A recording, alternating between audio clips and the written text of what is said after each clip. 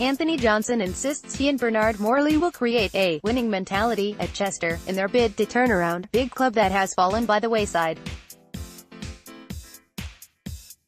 The former Salford City duo were a surprise appointment at the Deva just over a fortnight ago, signing 2-year deals and tasked with improving Chester's fortunes on the pitch, after a calamitous 2017-18 campaign which culminated in relegation to National League North. The Blues have become accustomed to losing matches. 27 defeats last season tells its own story, with a major turnover of players expected this summer, as Morley and Johnson revamp the squad with a mixture of young, hungry players and experienced campaigners ready for the rough and tumble of English football's 6th tier. "Me and Bern, we're winners. We don't settle for anything less," Johnson said. "We don't do complacency. I've heard it said that we're a coup for Chester bringing us in. I think Chester is a coup for myself and Bern in our careers.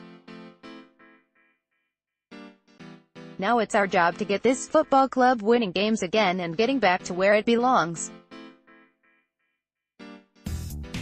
It's a new league and a new start for the football club. There will be a massive turnover of players, but the club needs its supporters more than ever. We need to put a stop to losing games. Club has become used to losing matches, so have the players. That's not what we're about.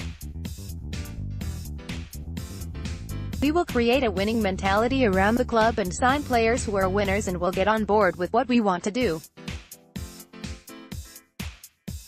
Of course, there was mitigating circumstances having left Salford, but when Chester was mentioned, our ears pricked up straight away. "We spoke to a few other clubs at a higher level, but you have to take things into consideration, and Chester felt like the perfect fit for us." Johnson believes Chester need to recapture the magic of Neil Young's spell in charge of the reformed club, who claimed 3 successive promotions to climb back into non-league's top tier.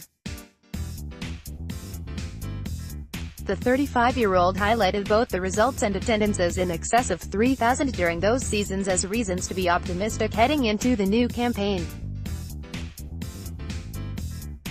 "We've been managers for 9 years now, this will be our 10th season," he continued. "The class of '92 were in their first season when we took over, people forget that. Salford were playing in front of 200 fans, and when we left we were getting crowds more than 2,000. We've helped build 2 clubs up from the bottom.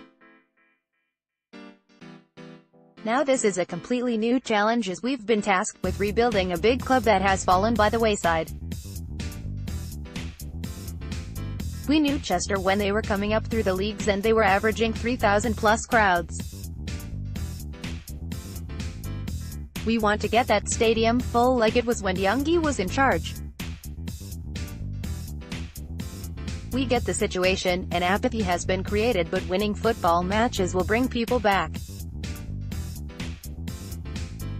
The club were still pulling in crowds up to 2,000 last season despite being relegated, so the fan base is there." Both Morley and Johnson both appear keen to give the club's young starlets a chance to shine, and the latter believes the positive mentality created by the youth team's wonderfully successful season can be translated into first-team results next term.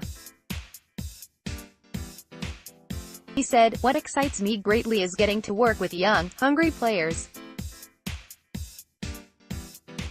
Nathan Brown, Matty Waters, these are lads who make me excited about this club and the challenges ahead.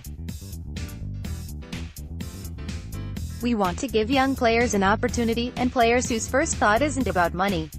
The academy has that winning mentality. I mean, look at the youth team, what they've done in the past 12 months, it's been incredible. They're the best academy side in non-league football across the whole country. So, if the academy can do it, why can't the first team have the same mentality?"